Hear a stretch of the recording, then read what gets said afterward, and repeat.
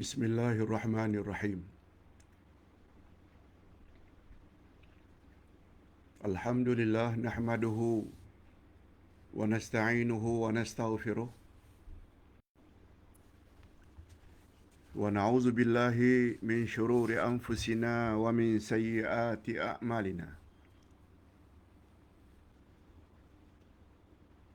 Man yahdihillahu fala mudilla lahu wa man yudlil fala hadiyalah.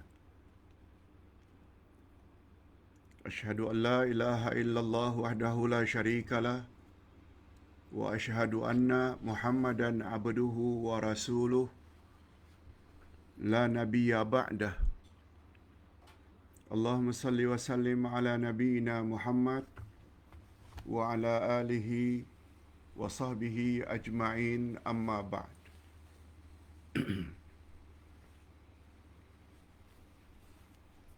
Hadirin dan hadirat serta para pemirsa yang saya hormati, Assalamualaikum warahmatullahi wabarakatuh. Alhamdulillah, kita bersyukur kehadiran Allah Azza wa Jalla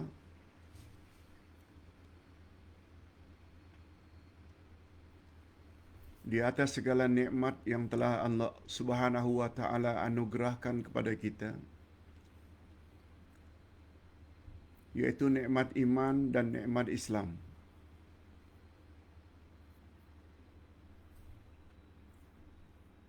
Sebab tanpa keimanan dan keislaman, seseorang tidak akan bahagia, sama ada di dunia atau di alam kubur atau di alam akhirat.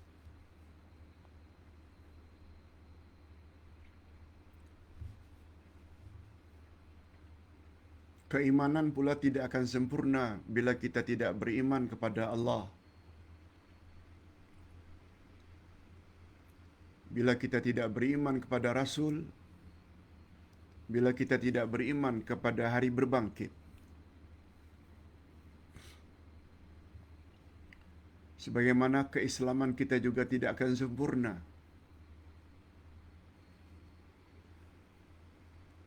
bila keislaman kita tidak sebagaimana yang diajar oleh Nabi Muhammad sallallahu alaihi wasallam.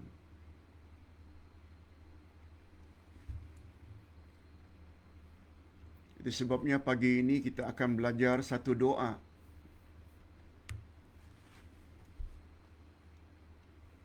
yang sahih datang dari Nabi Muhammad sallallahu alaihi wasallam, yang dikisahkan oleh Siti Aisyah radhiyallahu anha.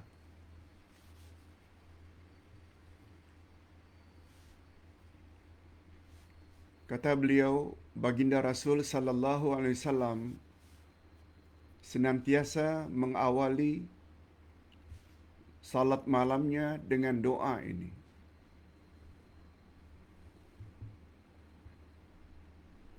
Maaf, yang Ustaz maksudkan doa ini adalah doa minta dihindarkan daripada azab api neraka dan azab kubur.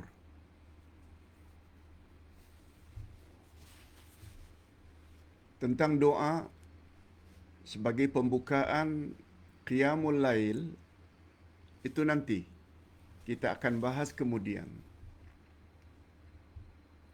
Walaupun pada permulaannya hampir sama.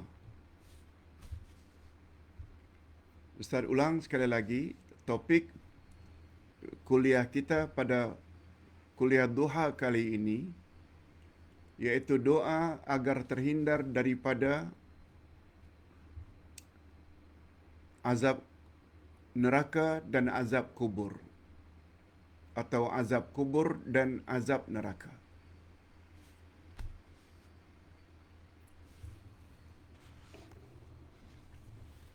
Doa ini terletak pada bahagian terakhir dari buku ini, halaman 57.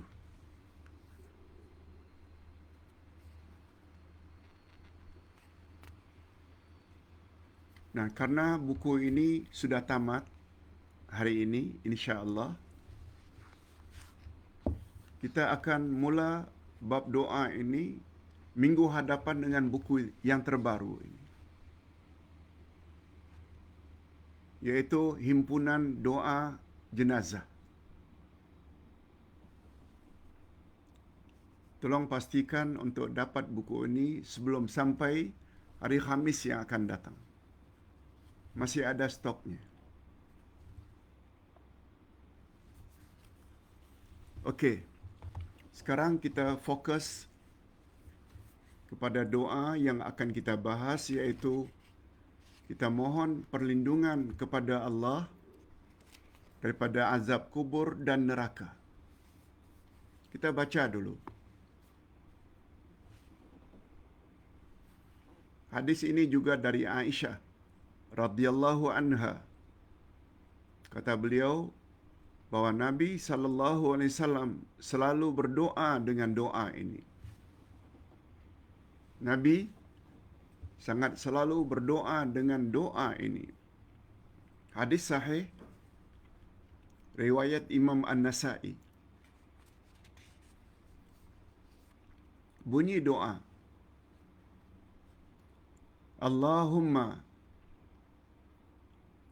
Rabba Jibra'il wa Mika'il wa Rabba Israfil, a'udzu bika min harrin nar wa min adzabil qabri. Artinya, ya Allah, Tuhan Jibra'il, Tuhan Mikail, Tuhan Israfil, aku berlindung kepadamu daripada kepanasan neraka, harrin nar. Aku berlindung kepadamu, ya Allah, daripada kepanasan neraka dan daripada siksa kubur. Wa min azabil qabri.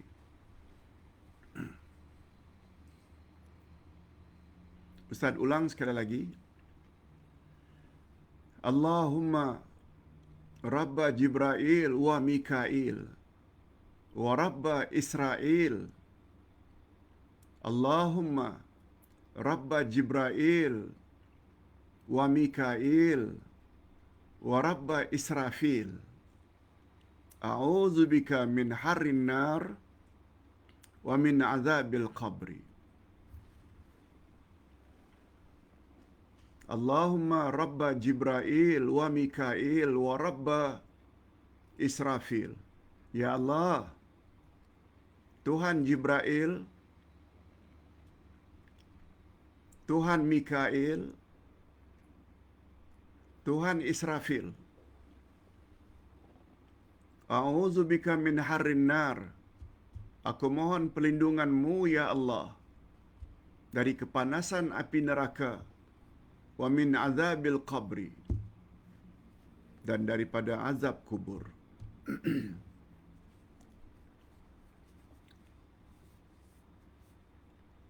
Itu baru terjemahan harfiah. Apa dia terjemah maknawiyah?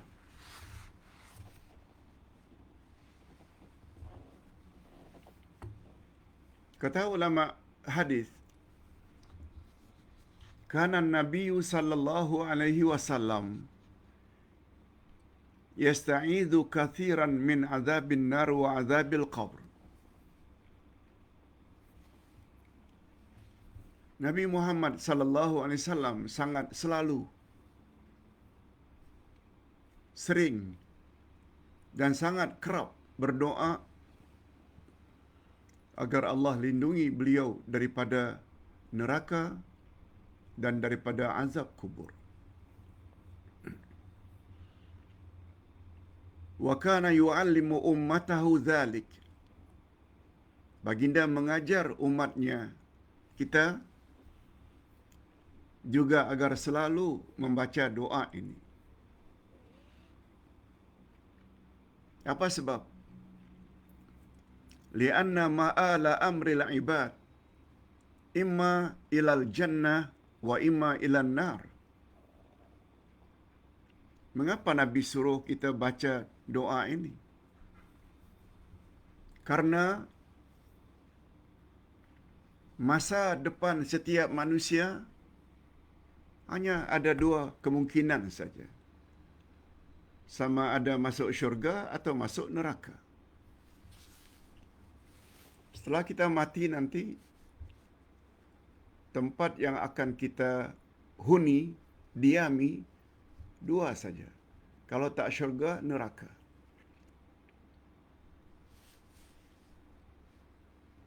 Faman dakhalan nara, siapa yang nasibnya masuk neraka, faqad khasira khusranan mubina, dia akan mendapat kerugian dengan kerugian yang nyata.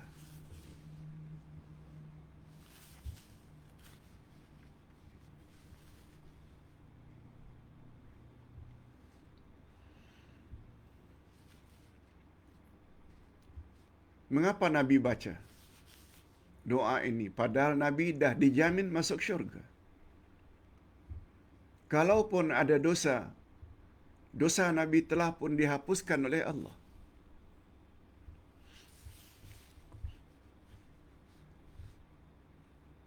Sebagaimana pertanyaan Aisyah radhiyallahu anha, "Ya Rasulullah, mengapa Tuhan minta dilindungi dari azab kubur dan azab neraka? Bukankah Tuhan telah dijamin masuk syurga? Bukankah dosa-dosa Tuhan telah diampuni oleh Allah Subhanahu wa taala?" Nabi hanya jawab, "Afala akunu abdan syakura?" Tak bolehkah aku jadi hamba Allah yang pandai bersyukur? Jadi motif utama Nabi berdakwah, Nabi beribadat, Nabi berdoa untuk menyatakan rasa syukur baginda kepada Allah Azza wa Jalla.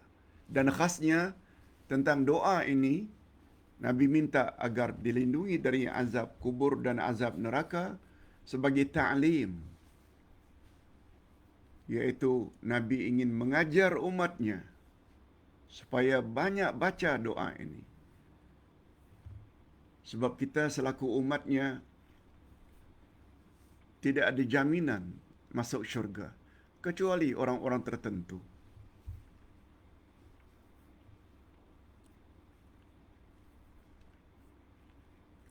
Kemudian kata ulama tafsir dan ulama hadis,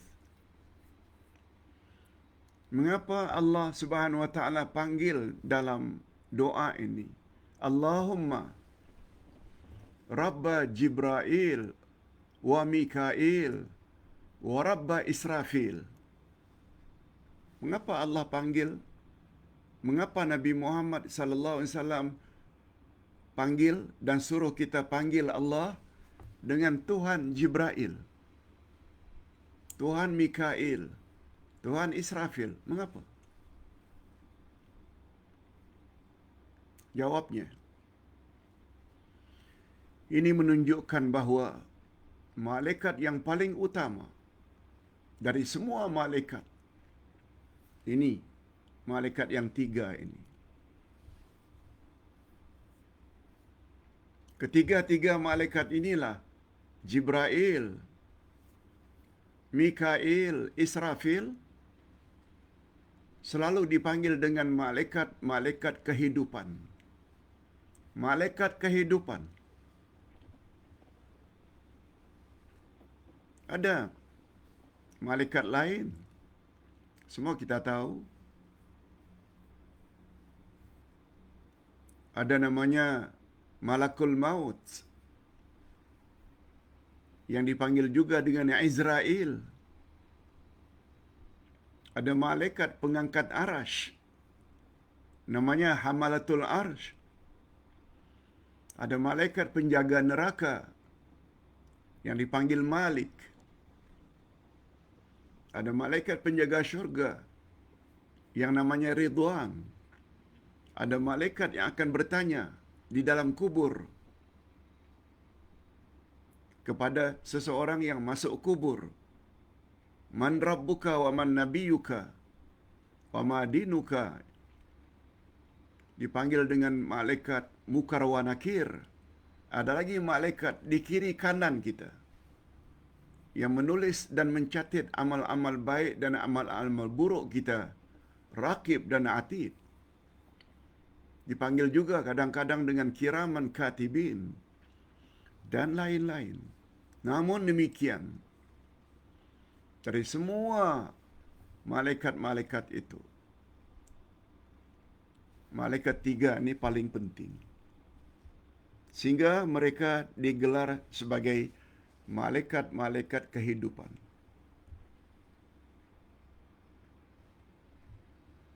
Ustaz sudah tulis tentang kehebatan malaikat ini di dalam buku Akidah Ahlussunnah wal Jamaah jilid 1, yaitu bab beriman kepada malaikat. Sila baca.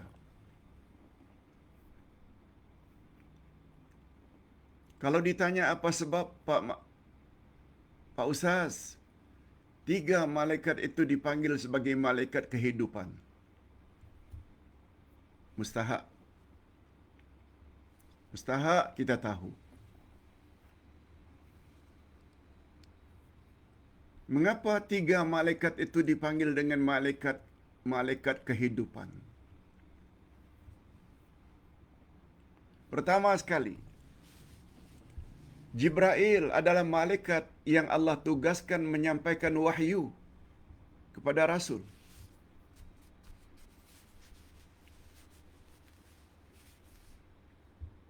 Jibril namanya.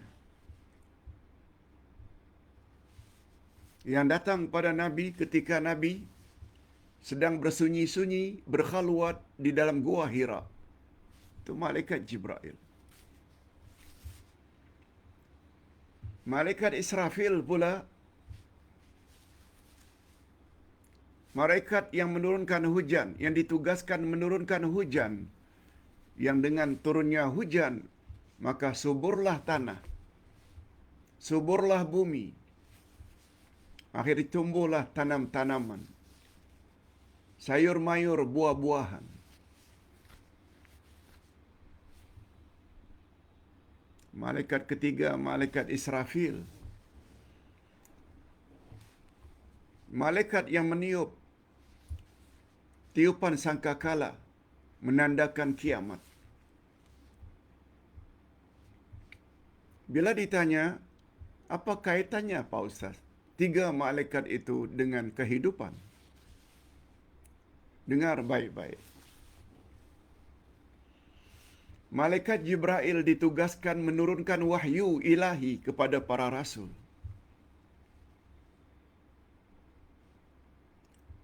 Ini memberi isyarat. Wahyu sama ada namanya Al-Quran atau hadis Nabi. Kedua-duanya adalah wahyu.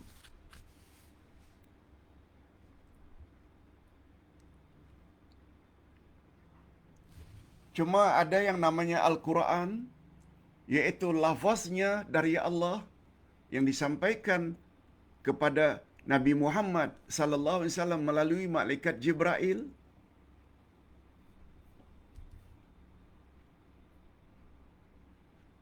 Yang Nabi tidak robah sedikit pun, walau satu huruf. Itu namanya Quran. Ada pula wahyu yang disampaikan oleh malaikat Jibril kepada Nabi dalam bentuk makna. Dan Nabi dibolehkan menyusun dengan bahasa sendiri. Yang kedua ini namanya hadis, sunnah Nabi.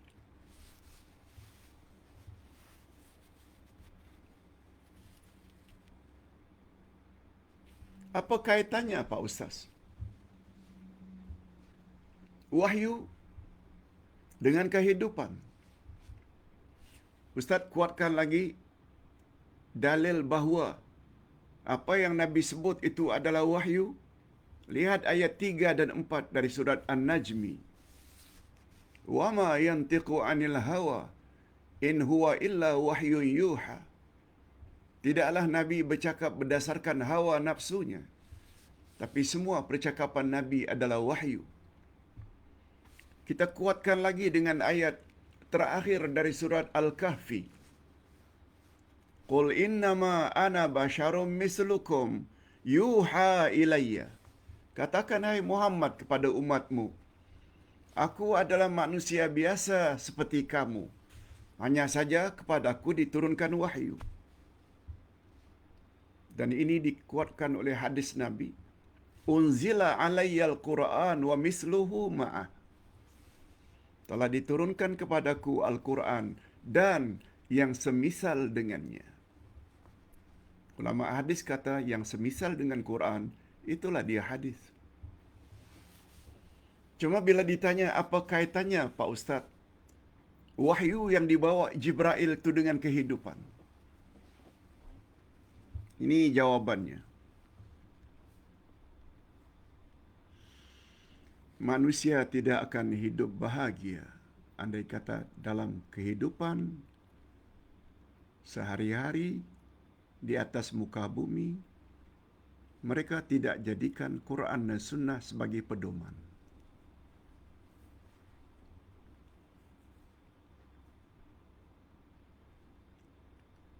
Hidup dengan makna hidup yang sebenar, hidup yang hakiki, hidup yang kelak membawa kebahagiaan setelah mati, Quran dan Sunnah. Munkar wa Nakir mula-mula tanya, man rabbuka, siapa Tuhanmu? Wa man nabiyuka, siapa nabimu? Macam mana anda jawab? Bila dalam hidup kita jauhkan diri dengan kalamullah, Quran kalamullah. Macam mana hendak jawab wa man nabiyuka bila dalam hidup tidak mau ikut sunnah Nabi dalam hadis-hadisnya? Tu dia. Orang kafir hidup juga. Sebenarnya mereka mati. Lebih-lebih lagi nanti setelah mati, menunggu azab kubur dan azab neraka pada hari kiamat nanti. Padahal itulah kehidupan yang hakiki. Tapi bila kita berpandukan wahyu yang disampaikan oleh Jibril kepada Nabi Muhammad, iaitu Quran dan Sunnah, kita akan hidup. Walaupun barangkali kita sakit-sakitan, kita ada kanser, kita ada kolesterol, kita ada prostat, kita ada hipertensi.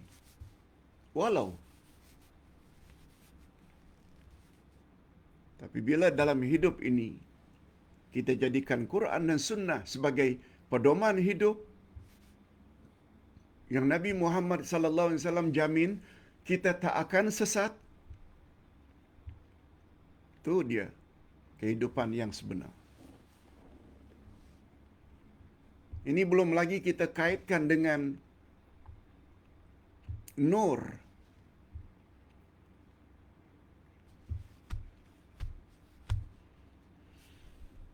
Di antara nama Allah 99 itu, Allahu Nur. Allah itu nur. Nabi Muhammad sallallahu alaihi wasallam dari 56 nama baginda, kata Imam Ibnul Qayyim, satu di antara 56 nama Nabi, Nabi Muhammad itu adalah nur. Malaikat pembawa wahyu dari Allah untuk disampaikan kepada Nabi Muhammad namanya Jibril. Jibril dicipta daripada nur. Semalam kita dah sebut, manusia dicipta dari tanah. Jin dicipta dari api, nar. Malaikat dari nur. Allah nur, Jibril nur, Nabi Muhammad nur. Itu sebabnya orang-orang yang menjadikan Quran dan Sunnah, mereka sebenarnya dalam nur. Walaupun mereka tidak handsome, tapi sebenarnya nampak dari wajah mereka cahaya. Mudah-mudahan bapa-bapa dan ibu-ibu sekalian, kita termasuk ke dalam golongan orang yang senantiasa menjadikan Quran dan Sunnah sebagai panduan hidup. Apa pula kaitannya Pak Ustaz Mikail sebagai malaikat kehidupan? Karena Mikail ditugaskan oleh Allah untuk menurunkan hujan. Hujan itu air. Dengan hujan tumbuh tanam-tanaman, subur tanah, buah-buahan, sayur-mayur untuk kita makan. Apalagi Allah berfirman dalam Al-Quranul Karim, kullu syai'in hayyin, setiap yang hidup adalah bermula daripada air. Kita jadi manusia ada air, namanya nutfah, air mani. Semuanya yang hidup ini berasal daripada air.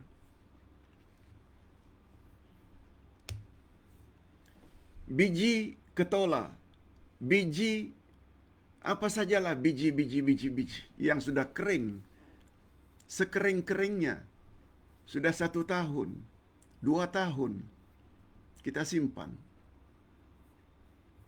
Tapi bila diletakkan pada tanah yang lembab, berair, akan tumbuh, tunas. Itu sebabnya, begitu mula-mula manusia sampai ke bulan, yang mereka ingin cari dan selidiki, apakah di sana ada air. Ternyata di bulan tidak ada air. Tidak ada air maknanya tidak ada kehidupan. Bila tidak ada air, tidak ada kehidupan. Nah, kita manusia hidup perlu makan. Apa yang kita makan? Roti dari gandum, nasi dari beras, buah-buahan, buah semangka, buah apple, buah limau, buah ciku, sayur-mayur, semuanya itu tumbuh di atas muka bumi berkat adanya turun hujan. Itu sebabnya kita boleh hidup karena kita makan. Siapa yang menurunkan hujan yang akhirnya menjadi semua tumbuh-tumbuhan itu? Mikail. Itu sebabnya Mikail dikatakan juga sebagai malaikat kehidupan. Biasanya kita tidak boleh hidup kalau tidak makan. Tuh. Apa kaitannya pula Pak Ustaz dengan Israfil?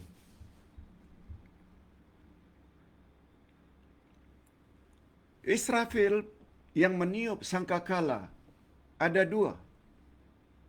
Maksud Ustaz 2 kali sangkakala ditiup.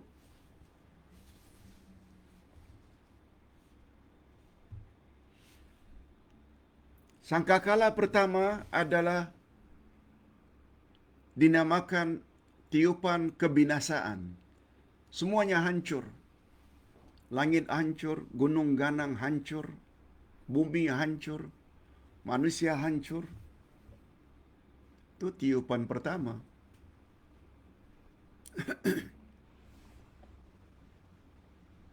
Tiupan yang kedua, tiupan kebangkitan. Orang-orang dalam kubur bangkit, hidup balik. Dengan tiupan tersebut, yang mati jadi hidup. Sehingga Israfil juga dipanggil dengan malaikat kehidupan. Ini rahasianya mengapa Rasulullah sallallahu alaihi wasallam panggil Allah dengan menggunakan panggilan Tuhan Jibril, Tuhan Mikail, Tuhan Israfil, nak menunjukkan betapa agungnya ketiga-tiga malaikat tersebut. Namun demikian, mereka tetap tidak dapat menandingi keagungan Allah Azza wa Jalla. Sebab kita letakkan Rabb dulu di depannya. Hadirin dan hadirat rahimakumullah. Sekarang timbul pertanyaan. Setelah kita panggil Allah dengan bertawasul, ini namanya tawasul. Panggil Allah dengan nama-nama yang Allah suka. Ya Allah, Tuhan Jibril, Engkaulah yang mencipta Jibril. Kepada Engkaulah Jibril itu taat dan patuh. Wa Rabba Mikail, wahai Allah, Tuhan Mikail. Hebat macam mana pun Mikail, tetapi dia tetap Engkau yang mencipta. Mikail, Jibril tetap tunduk dan patuh kepadamu. Wa Israfil, malaikat yang begitu hebat, dengan tiupannya saja hancur keseluruhan makhluk yang ada di atas muka bumi. Yang dengan tiupannya bangkit hidup balik semua manusia yang sudah mati. Namun Engkau ya Allah maha hebat dari semua mereka. Ini namanya tawasul. Tawasul maknanya kita sebut sesuatu sebelum memohon dengan perkara-perkara yang disukai oleh Allah, dengan tujuan takarrub, mendekatkan diri kepada Allah. Sebagaimana kita sebut dalam tafsir surat Al-Fatihah, permintaan kita pada ihdinas siratal mustaqim. Tapi 7 nama Allah kita dah sebut. Bismillahirrahmanirrahim dah 2. Alhamdulillahi Rabbil Alamin, Ahamd. Allah, Rabb, dah 5. 2 tambah 3. Ar-Rahmanir Rahim. 2 lagi nama Allah Ar-Rahmanir Rahim. Malik Yaumiddin, Malik. 8 nama Allah kita sebut. Baru kita mohon, tunjuki kami ya Allah jalan yang lurus. Itu namanya tawasul. Dalam hal ini kita bertawasul kepada Allah dengan menyebut nama yang dia sangat suka. Wahai Allah, Tuhan Jibril, Tuhan Mikail, Tuhan Israfil. Baru kita minta agar Allah lindungi kita dari kepanasan api neraka.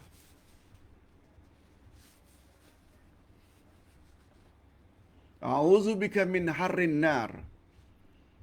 Aku mohon ya Allah dilindungi dari kepanasan api neraka,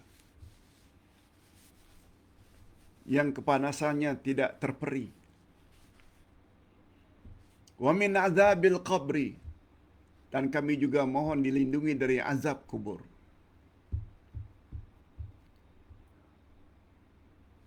Hadis ini menunjukkan lagi bahawa azab kubur itu memang wujud.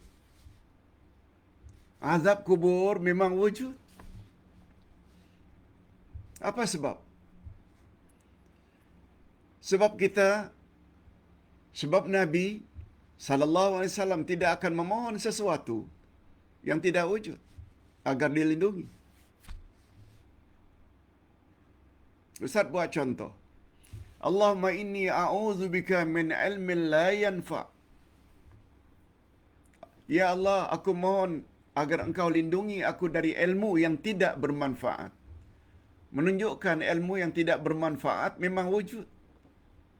Itu sebabnya kita minta, Allahumma inni as'aluka ilman nafi'a. Ya Allah, berilah kami ilmu yang bermanfaat. Sebab Nabi menyuruh kita agar minta dilindungi dari ilmu yang tidak bermanfaat. Apa dia ilmu yang tidak bermanfaat? Ilmu sihir, black magic, ilmu kebal, dan ilmu-ilmu santau, pukau. Semuanya itu ilmu-ilmu yang dapat membawa kita ke neraka. Jangan belajar ilmu itu. Tapi belajarlah ilmu Al-Quran. Belajarlah ilmu hadis Nabi. Sebab itu confirm bermanfaat. Mengapa kita minta dilindungi daripada syaitan yang direjam? A'udzubillahi minasyaitanir rajim. Aku berlindung kepadamu ya Allah dari syaitan yang direjam. Padahal kita tak pernah nampak syaitan. Itu menunjukkan syaitan itu wujud. Oleh sebab itu kalau kita minta agar dilindungi dari azab kubur, ini memberi makna azab kubur memang wujud. Itu sebabnya kata Nabi, bila berakhir tahiyat akhir dalam salat, sebelum salam, minta dilindungi dari 4 perkara. Allahumma inni a'udzubika min azabil qabri wa azabin nar. Ya Allah, lindungilah aku dari azab kubur dan azab api neraka. Baru kemudian aku mohon perlindungan daripada fitnah hidup dan mati. Aku juga mohon dilindungi dari fitnah Dajjal akhir zaman dan lain-lain. Hadirin dan hadirat rahimakumullah.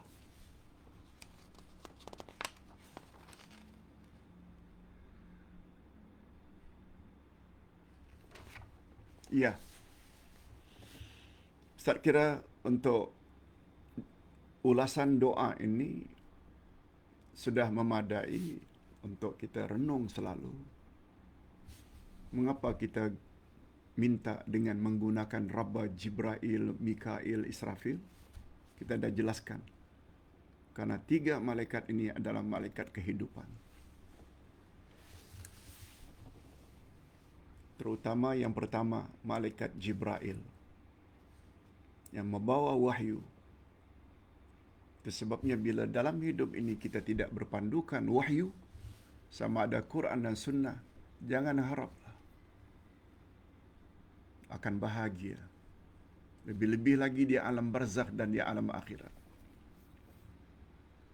Na'udzubillahi min dzalik. Sebagaimana yang Ustaz ingatkan tadi, karena buku ini sudah berakhir hari ini, next week, Khamis yang akan datang insya-Allah, kita akan mula belajar himpunan doa jenazah. Tolong dapatkan sebelum hari Khamis, sebelum kehabisan stok. Berikut ini kita akan jawab beberapa soalan dari kalangan jamaah